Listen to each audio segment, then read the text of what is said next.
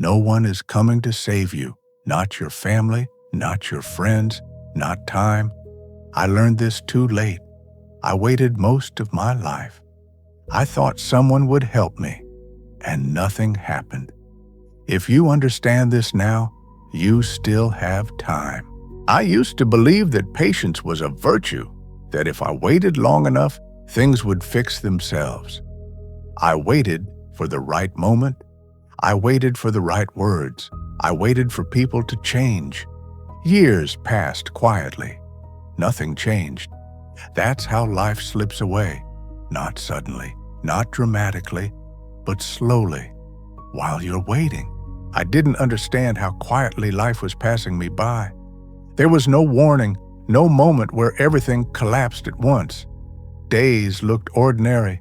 Weeks felt familiar. Years blended together. I told myself I still had time. Time to fix things. Time to speak honestly. Time to choose differently. But time doesn't wait for clarity. It keeps moving while you hesitate, while you doubt yourself, while you replay the same thoughts, hoping for a different ending. I watched people leave my life one by one, not because of betrayal, not because of conflict, but because I stayed still. I stayed in places that no longer fit me. I stayed silent when something mattered. I stayed patient when I should have been brave, and life interpreted my silence as consent. Opportunities don't disappear loudly. They fade. They fade when you don't answer the call. They fade when you say later too many times. They fade when fear feels safer than change. I believed avoiding pain was wisdom, but avoiding pain slowly becomes avoiding life. You wake up one day and realize you are older, quieter, and surrounded by the consequences of choices you never made. Regret doesn't come from failure, it comes from inaction, from the conversations you never started, from the paths you never tried, from the versions of yourself you kept postponing. I learned that waiting is not neutral. Waiting is a decision. And every day you wait, something is decided without you.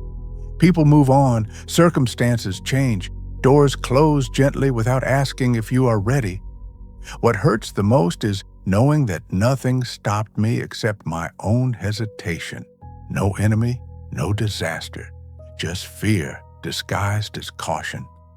Life doesn't punish you for being wrong. It punishes you for not choosing at all. And one day you understand that the cost of staying comfortable was everything you could have been. That realization is quiet, but it echoes for the rest of your life. I used to think that life would eventually push me forward. That pressure would force change. That pain would make decisions for me. But life is not aggressive. It is patient. It lets you stay where you are. It lets you repeat the same days. It lets you slowly forget what you once wanted. Nothing stops you from waiting. That is the danger. Comfort doesn't feel like a trap at first. It feels like safety. You tell yourself you're being careful, responsible, realistic. But deep down, you know the truth. You are afraid to choose, afraid to lose what you have, even when what you have is slowly disappearing anyway. I confused stability with meaning, routine with purpose, and years passed without resistance.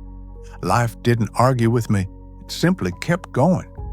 And when I finally looked back, I realized how much of myself I had quietly abandoned along the way.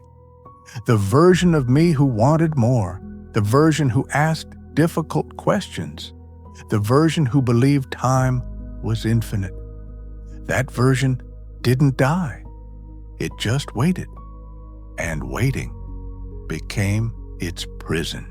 I wish I could say that understanding this truth fixed everything. It didn't. Nothing suddenly became easier. Nothing magically fell into place. But something important changed. I stopped lying to myself. I stopped pretending that time would compensate for my silence, that patience would replace courage, that thinking was the same as acting. I saw my life more clearly than ever before, not as a story that would someday begin, but as one that was already being written. Every day, with or without my permission. That clarity was uncomfortable, but it was honest.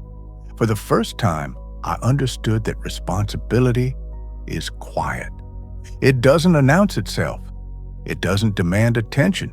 It simply waits for you to notice that everything you avoid eventually becomes what defines you. I realized that freedom is not found in having more time.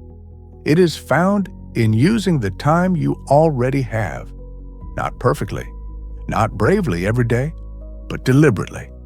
I no longer expected life to feel fair or gentle or forgiving. I expected it to be real. And reality asks only one thing of you, that you show up, not as the person you wish you were, not as the version others expect, but as you are, with uncertainty, with fear, with unfinished answers, because waiting to become ready is just another way of disappearing slowly. I understood that choosing does not guarantee happiness, but not choosing guarantees regret, and regret is heavier than fear.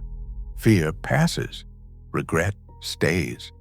It sits quietly beside you, reminding you of all the moments that asked for courage and received hesitation instead. That was the moment I stopped asking what life would give me and started asking what I was willing to give to my own life. I don't tell this story to frighten you. I tell it because I lived it. And because you are still here, still breathing, still choosing, still capable of changing the direction, even slightly. Life does not need grand gestures. It does not wait for perfect courage. It responds to small, honest decisions. To the moment you stop postponing, to the moment you stop hiding behind someday. You don't have to become someone else. You don't have to fix everything at once. You only have to stop waiting for permission that will never come. Because one day, much later, the noise fades, the days slow down, and all that remains are the choices you stood by and the ones you avoided. That is when the truth becomes clear. Life was never asking you to be fearless. It was asking you to be present. And if you are listening to me now, then you still are.